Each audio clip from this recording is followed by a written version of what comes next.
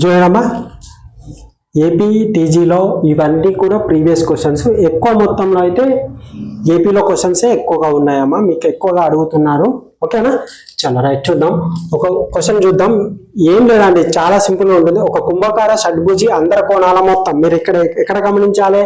షడ్భుజి. షడ్భుజి అంటే ఎంతమ్మా? 6 మనం ఏ విధంగా రాయొచ్చు?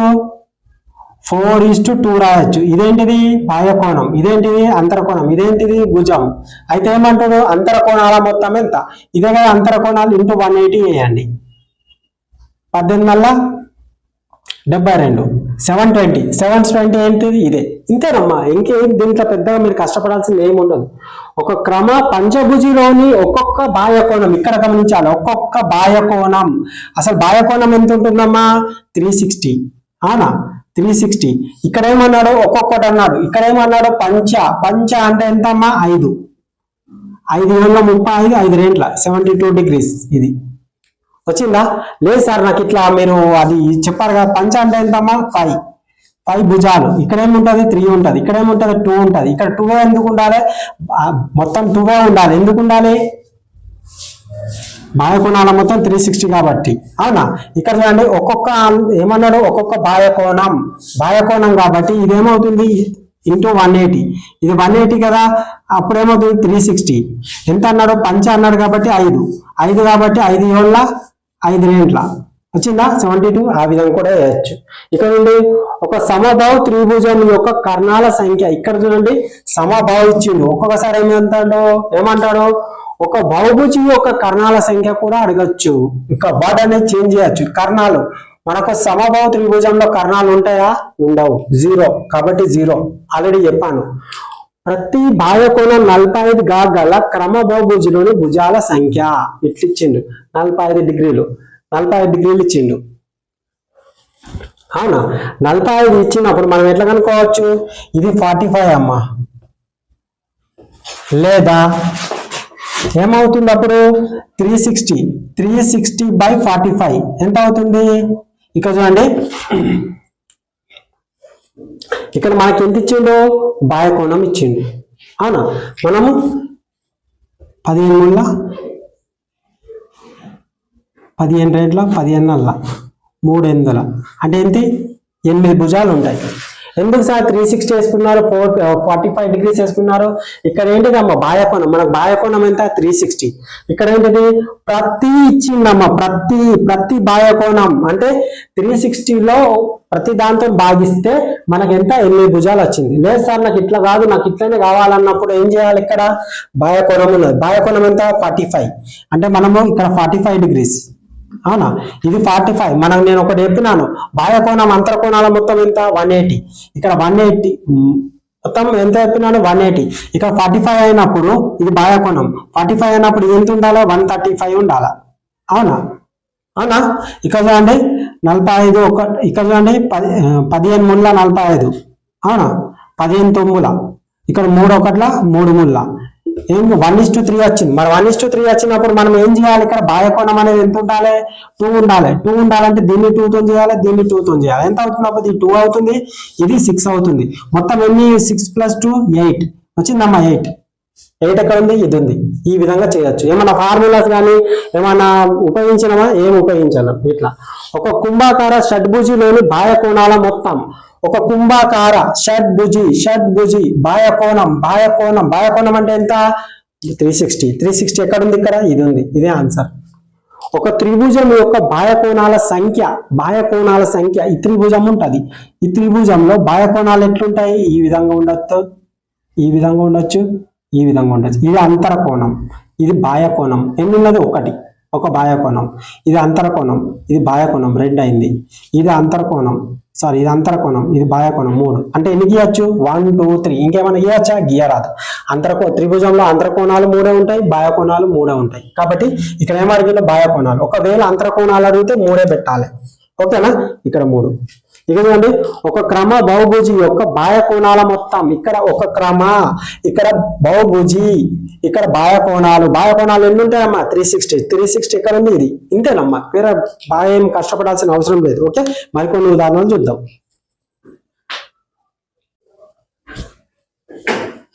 చూడండమ్మా, కొన్ని క్వశ్చన్స్ ఇవి కూడా ప్రీవియస్ క్వశ్చన్సే, ఇవి తెలంగాణలో ఎక్కువ వచ్చినాయి, ఇప్పటి చెప్పినాయి.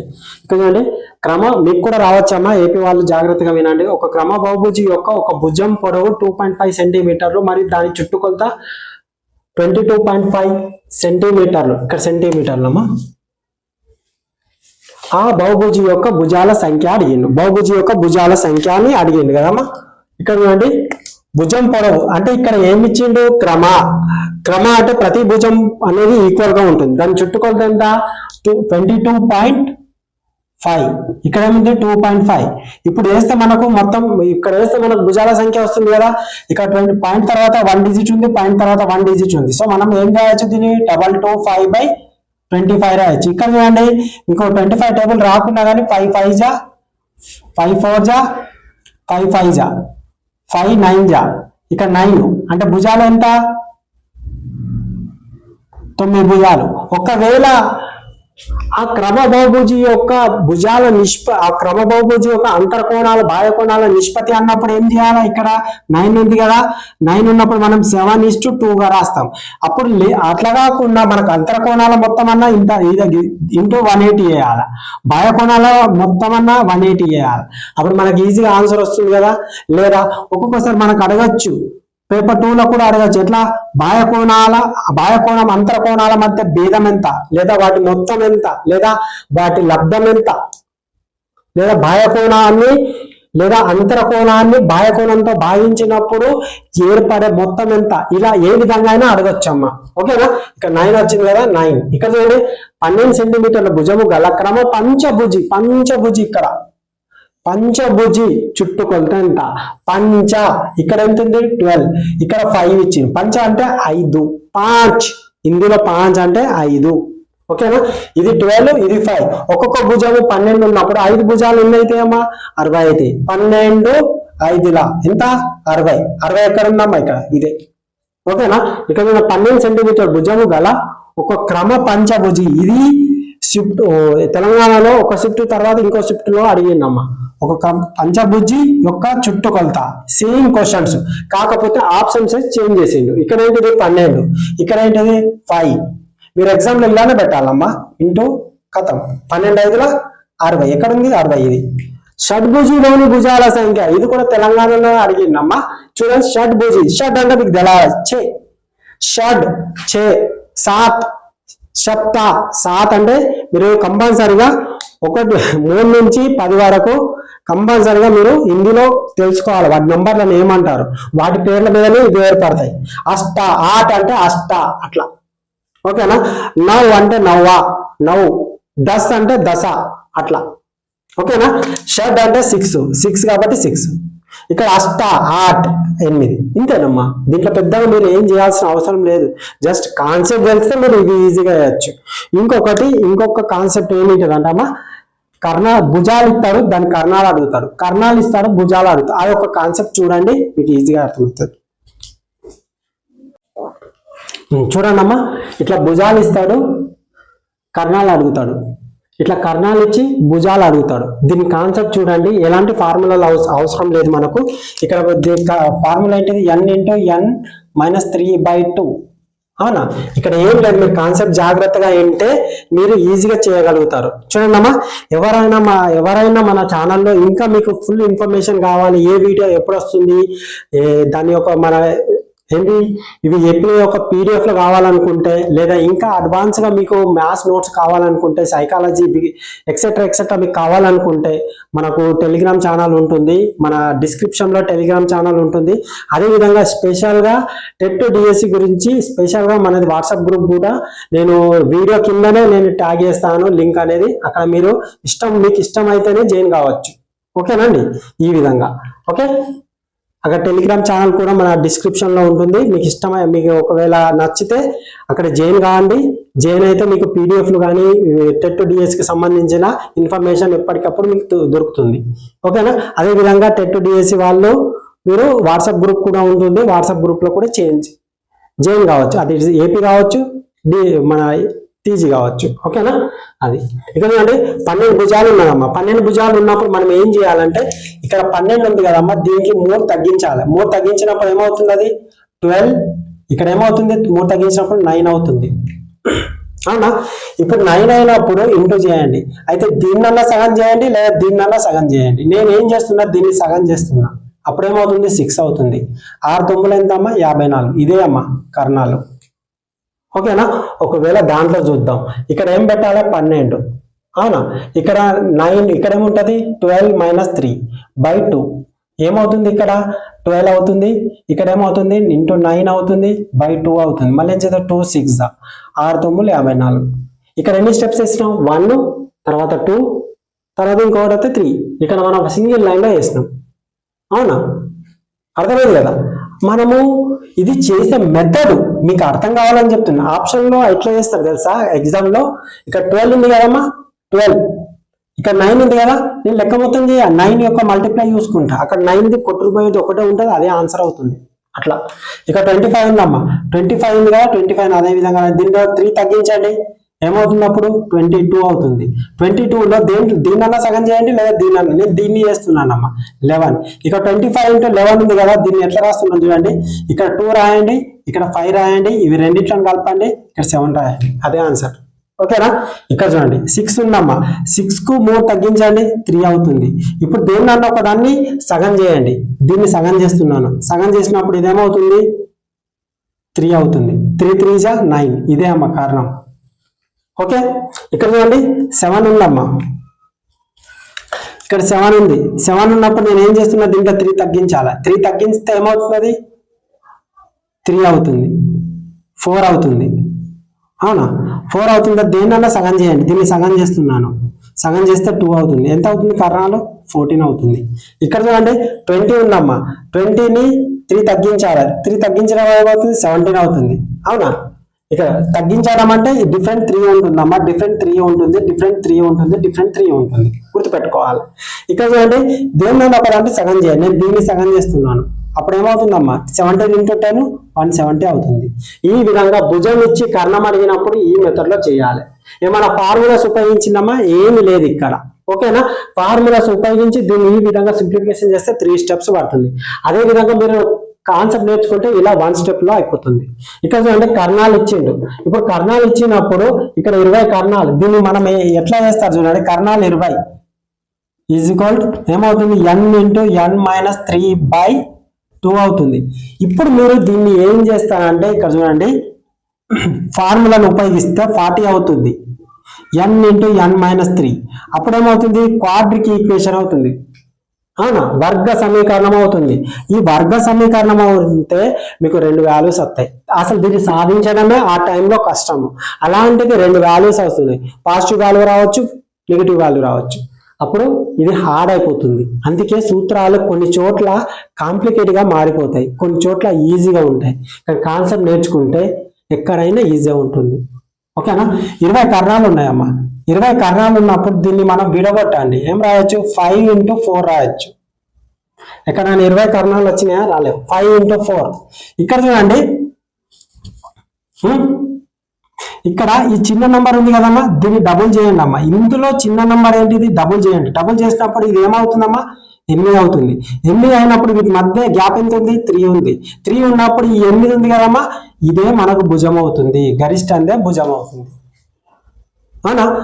చూడండి కావాలంటే 8 ఈ ఫార్ములాలో పెడితే మీకు 20 వస్తుంది. కర్ణాలలో ఇందులో 20 వస్తుంది. చూద్దామా ఒకసారి. ఇక్కడ చూడండి మనకి ఫార్ములా ఏంటిది n × n - 3/2. ఇక్కడ 8, ఇక్కడ 8 - 3/2. ఇక్కడ 2 1 2 4 4 × 5 ఎంత అయిందమ్మా 20 వచ్చిందమ్మా 20. ఈ విధంగా చేయొచ్చు. ఇక్కడ ఫార్ములా అదే మీరు ఇక్కడ పెట్టండి. ఇది పెట్టాలంటే ఇది చూడండి 40 n² - 3n. దీన్ని మీరు కాంప్లికేట్ గా అవుతుంది. అప్పుడు ఏమవుతుంది n² - 3n - 40 = 0. అప్పుడు మీకు క్వాడ్రిక్ ఈక్వేషన్ వస్తుంది. అప్పుడు 2 వాల్యూస్ వస్తాయి. అప్పుడు చేయాలంటే కష్టం అవుతుంది అవునా. ఇది కాంప్లికేట్ అవుతుంది. ఇది ఈజీ మెథడ్. ఇక్కడ చూడండి 35 ఉందమ్మా. 35 ఎట్లా విడగొట్టచ్చు 7 5 అవునా. దీన్ని డబుల్ చేయండి అమ్మా. డబుల్ చేసినప్పుడు ఏమవుతుంది ఇది 10 అవుతుంది. జాగ్రత్తగా అయినండి అమ్మా, నోట్స్ రాసుకోండి. ఏమవుతుంది 10 అవుతుంది. వీటి మధ్య డిఫరెంట్ ఎంతమ్మా 3. సో భుజం ఎంతమ్మా 10.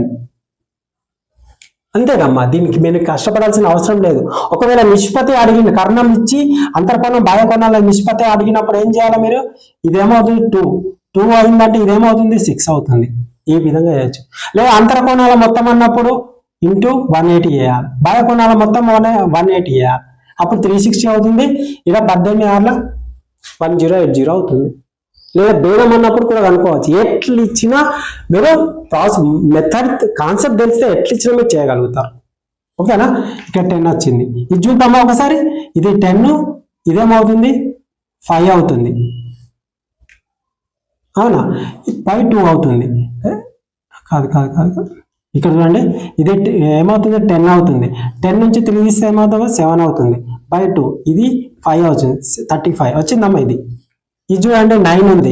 దీన్ని ఏం చేయొచ్చు? 3 into 3 చేయొచ్చు. అవునా? దీన్ని డబుల్ చేయండి అమ్మా. డబుల్ చేసినప్పుడు ఏదైతే పెద్దగా ఉంటుందో ఫస్ట్ కాన్సెప్ట్ ఇది, చిన్నదాన్ని డబుల్ చేయాలమ్మా. చిన్నదాన్ని డబుల్ చేయాలి.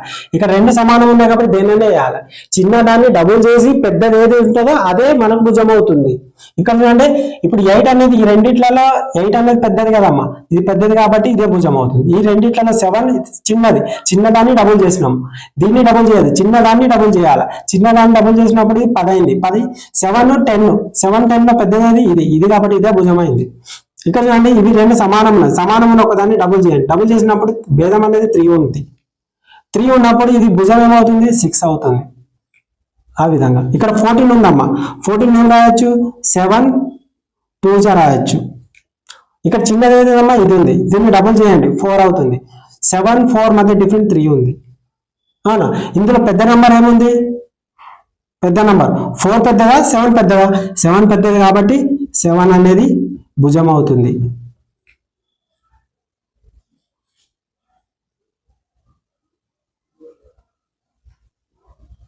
ఓకేనా?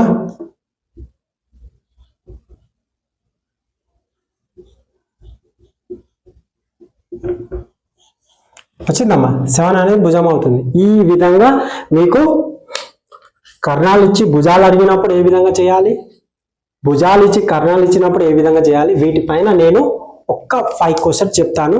అది ఈజీగా మనం ట్యాకిల్ చేస్తాం. ఓకేనా? చూడండి, ఇవన్నీ కూడా ప్రీవియస్ క్వశ్చన్సే, కాకపోతే టెట్ డిఎస్సిలో వచ్చినవి కావు. మేబీ మనకు బుక్ లో ఉంది కాబట్టి ఈ ప్యాటర్న్ కూడా రావచ్చు అనే ఉద్దేశంతో మీ ముందు ఉంచుతున్నాను. ఓకేనా? ఇవన్నీ మరి ఎక్కడ వచ్చినాయి అంటే ఎస్ఎస్సి, సిజిఎల్, ఆర్ఆర్బి, ఎన్టీపీసీ వీటిలలో వచ్చినాయండి. కాకపోతే మేబీ రావచ్చు. ఓకేనా? దీన్ని మనము లెక్కలు చేయము, ఎగరగొడతాం. చూడండి ఎట్లా ఎగరగొడతామో. ఇంకొకటి అండి, మా టెలిగ్రామ్ ఛానల్, మనకు కూడా ఒక టెలిగ్రామ్ ఛానల్ ఉంది, డిస్క్రిప్షన్ లో ఉంటుంది. మీకు ఎవరైనా ఇంట్రెస్ట్ ఉంటే జాయిన్ కావచ్చండి, బలవంతం ఏమీ లేదు. అదేవిధంగా వాట్సాప్ గ్రూప్ కూడా ఉంటుంది. నేను ఏ వీడియో అయితే అప్లోడ్ చేస్తానో ఆ వీడియో కిందనే కామెంట్ కిందనే మీరు ఆ గ్రూప్ లో మన గ్రూప్ యొక్క లింక్ నేను పెడతాను. అందులో మీరు ఇష్టం ఉంటేనే, ఇంట్రెస్ట్ ఉంటేనే మీరు జాయిన్ కావచ్చు. ఓకే, మీరు జాయిన్ అయిన వాళ్ళకు ఈ పీడిఎఫ్ అనేది దొరుకుతాయి. అదేవిధంగా ప్రాక్టీస్ బిట్స్ కూడా దొరుకుతాయి. ఓకేనా? నేను ఏవైతే చెప్పినానో వాటితో పాటు ఇంకొక అడిషనల్ గా 10-15 క్వశ్చన్స్ మీకు నా ఏవైతే చెప్తున్నానో అవంతా కూడా మీకు పీడిఎఫ్ రూపంలో దొరుకుతుందట. Okay, right. ఇక్కడ చూడండి, ఒక క్రమ నవభుజిలో ఎన్ని కర్ణాలు కలవు? ఇక్కడ గమనించాలమ్మా, నవభుజి అన్నారు కాబట్టి 9. ఇక్కడ 9 అన్నారు కదమ్మా. బేస్ సంఖ్య వచ్చిందంటే ఇది ఆటోమేటిక్ సరి సంఖ్య వస్తుంది నెక్స్ట్ది. అవునా? అర్థమైందా? ఇది బేస్ వచ్చింది కాబట్టి ఆటోమేటిక్, దీనికి 3 తక్కువ అంటే 6. ఇది సరి సంఖ్య కదా. మనం బేస్ సంఖ్య 9 తో డివిజిబుల్ అయ్యేటి ఏమమ్మా? ఇది ఉంది. ఓకేనా? నెక్స్ట్ ఏంటిది 6 తో 6 ఉంది కదా మనకు, 3 తగ్గినట్టే 6 కదా. దీన్ని సగం చేస్తే ఎంత అమ్మా? 3. అవునా?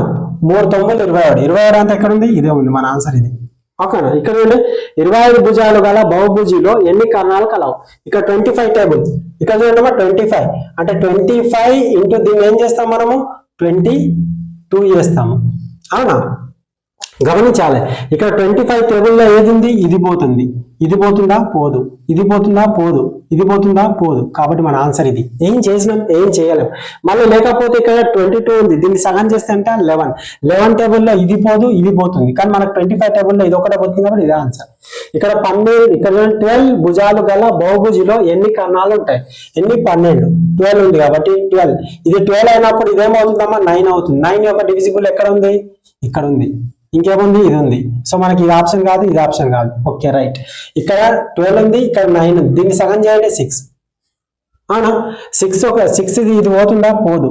6 పోతుందమ్మా? ఇది పోదు. పోదు కాబట్టి ఇది ఆన్సర్ కాదు, ఇది ఆన్సర్. అవునా? ఇక్కడ చూడండి, ఒక క్రమ అష్టభుజిలో ఎన్ని కర్ణాలు ఉంటాయి? అష్టభుజి 8. దీంట్లో 3, దీంట్లో సగం, దీంట్లో 3 తగ్గించండి 5. ఇక్కడ 5 తో ఏమేమి పోతున్నాయి? ఇది పోతుంది, ఇది పోతుంది, ఇది పోయింది, ఇది పోయింది. ఇక్కడ దీన్ని సగం చేయండి 4 అవుతుంది. 4 ఇది పోదు, ఇది పోతుంది. ఆన్సర్ అయితే ఇంతేనమ్మా. మనకి ఏంటంటే డివిజిబిలిటీ రూల్ రావాలి, సరిపోతుంది. ఇక్కడ 35 కర్ణాలు గల బహుభుజిలో ఎన్ని భుజాలు కలవు? ఇక్కడ ఏమి ఇచ్చింది? కర్ణాలు ఇచ్చింది. 35 కర్ణాలు.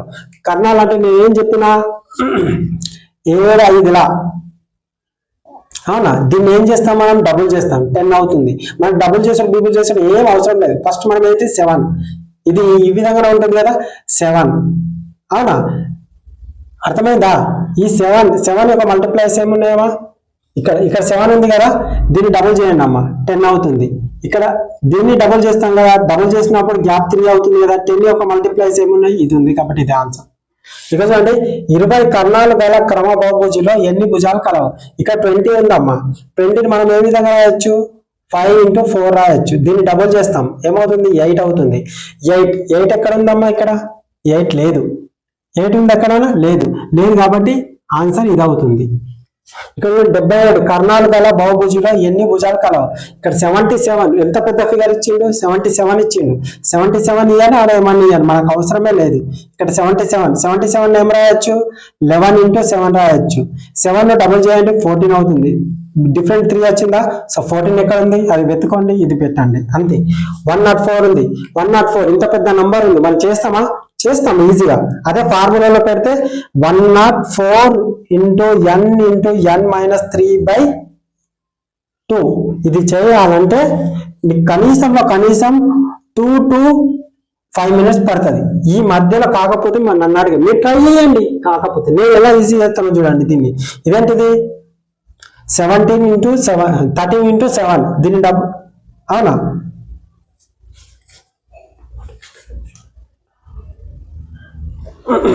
ఇంకా చూడండి, మనం ఇది ఏ టేబుల్లో అవుతుంది? 7. ఇక్కడ చూడండి 13 13 టేబుల్లో అవుతుందండి. ఇక్కడ ఏమవుతుంది? 8 అవుతుంది. 13 104. దీన్ని డబుల్ చేయండి అమ్మా, 16 అవుతుంది. 16 అయినప్పుడు వీటి మధ్య డిఫరెంట్ ఉంది, 3 ఉంది. 16 ఎక్కడ ఉందమ్మా? అదే ఎత్తుకోండి ఇక్కడ. దీన్ని మనం చేయాలంటే చాలా టైం పడుతుంది. ఇది అంటే మన కాన్సెప్ట్, ఈ విధంగా చేయాలి. మీకు ఒకవేళ మీకు టెలిగ్రామ్ లేదా వాట్సాప్ గ్రూప్ లో ఉంటే మీకు పీడిఎఫ్ మొత్తం దొరుకుతుందండి. ఇది చూడండి, ఇది ఈ విధంగా పీడిఎఫ్ ఉంటుంది, మీకు క్రిస్టల్ క్లారిటీగా ఉంటుంది. పేపర్ 2 కూడా, పేపర్ 1 పేపర్ 2 కూడా మొత్తం పీడిఎఫ్ మీ రూపం అక్కడ నేను పెడతాను. పీడిఎఫ్ పెట్టకుండా నేను ఫోటో తీసి అక్కడ పెడతాను. మీరు అవసరమైతే నోట్స్ రాసుకోవచ్చు లేదా ప్రాక్టీస్ కూడా చేయొచ్చు. ఓకేనా? ఇది అంటే ఈ రోజుది. ఎవరైనా కొత్త వాళ్ళంటే మన ఛానల్ సబ్స్క్రైబ్ చేయండి, కామెంట్ చేయడం మర్చిపోకండి. ఓకే.